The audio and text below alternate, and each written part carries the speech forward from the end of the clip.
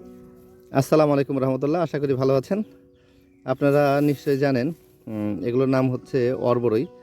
আর এছাড়াও অন্য অন্য এলাকায় কোন এলাকায় কী নামে ডাকে সেগুলো আমাদের জানাতে পারেন।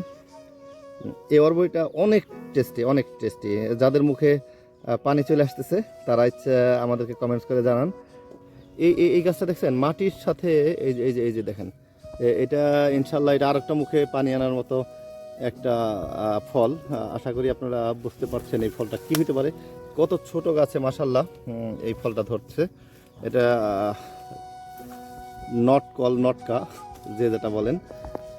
আশা করি এই ফলটাও অতি শীঘ্রই আমরা পারতে পারবো। এগুলো হচ্ছে লিচু, এগুলো ফলন হচ্ছে মাশাল্লাহ। এই যে আমার বাবা মা এটা ঢাইকা দিছে নেট দিয়ে। গাছগুলো একদিন লাগাইছিলাম সম্ভবত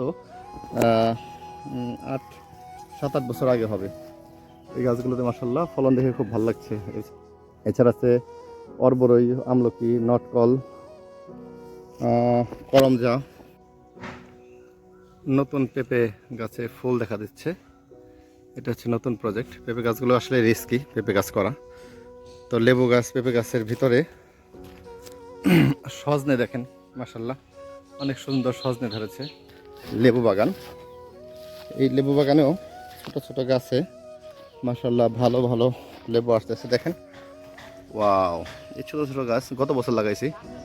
এই গত বছরের লেবু গাছে ভালো লেবুর দেখা মিলছে। দেখেন এই যে মাটির মধ্যে থেকে আছে লেবু। আর সবচেয়ে মজার একটা বিষয় দেখানোর, দেখবেন এখন। এটা আমার আব্বা আম্মা অনেক এক্সাইটেড। সৌদি আরবের খেজুর, সৌদি খেজুর। এটা আশা করি ছোট গাছের খেজুর, কাঁচা খেজুরই মিষ্টি হবে, এটা আমার যতটুকু মনে আছে। ফল থেকে এখানে চারা করা হয়েছে। একটু কষ্ট করলে মাশাল্লাহ আল্লাহ তাআলা আমাদেরকে উজাড় করে দেন, তার প্রমাণ হচ্ছে এই গাছগুলো। সবাই দোয়া করবেন আমাদের জন্য। ভালো থাকবেন সবাই। আসসালামু আলাইকুম। থোকায় থোকায় আর